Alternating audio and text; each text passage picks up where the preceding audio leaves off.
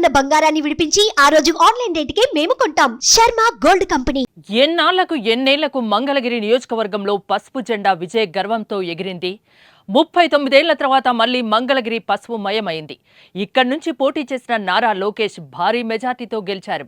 TDP ఆవిర్భావం తర్వాత 1983, 1985 సంవత్సరాల్లో జరిగిన ఎన్నికల్లో తెలుగుదేశం అభ్యర్థి ఎంఎస్ఎస్ కోటేశ్వరరావు గెలిచారు. ఆ తర్వాత 1989లో కాంగ్రెస్ అభ్యర్థి గోలి వీరాంజనేయులు, 1994లో సిపిఎం నుంచి ఎన్ రామ్మోహన్ రావు, 1999, 2004లో కాంగ్రెస్ నుంచి మురుగుడు హనుమంతరావు, 2009లో కాంగ్రెస్ అభ్యర్థి కాండ్రు కమల, 2014, 2019లో వైఎస్ఆర్ కాంగ్రెస్ పార్టీ నుంచి ఆళ్ల రామకృష్ణారెడ్డిలు విజయం సాధిస్తూ వచ్చారు.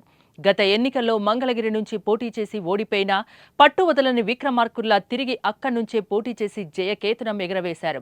అంతేకాదు మంగళగిరి నియోజకవర్గ 72 ఏళ్ల ఎన్నికల చరిత్రలో తిరుగులేని మెజార్టీ సాధించి విజేతగా నారా లోకేష్ నిలిచి రికార్డు నెలకొల్పారు.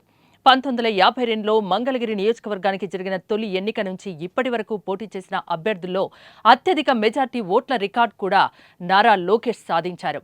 మన దేశానికి స్వాతంత్ర్యం వచ్చి రాజ్యాంగం అమలయ్యాక అప్పటి మద్రాసు రాష్ట్రంలో భాగమైన మంగళగిరి నియోజకవర్గంలో 1952లో తొలిసారి ఎన్నికల్లో సిపిఐ అభ్యర్థిగా పోటీ చేసిన డి లక్ష్మయ్య 17,265 ఓట్ల మెజార్టీతో గెలిచారు. ఇదే ఇప్పటి వరకు మంగళగిరి నియోజకవర్గ ఎమ్మెల్యేగా అత్యధిక మెజార్టీ రికార్డ్. 2024 ఎన్నికల్లో టీడీపీ అభ్యర్థిగా పోటీ చేసిన నారా తన ప్రత్యర్థి వైసీపీ అభ్యర్థి మురుగుడు లావణ్యపై 41,000 ఓట్ల మెజార్టీతో ఘన విజయం సాధించారు.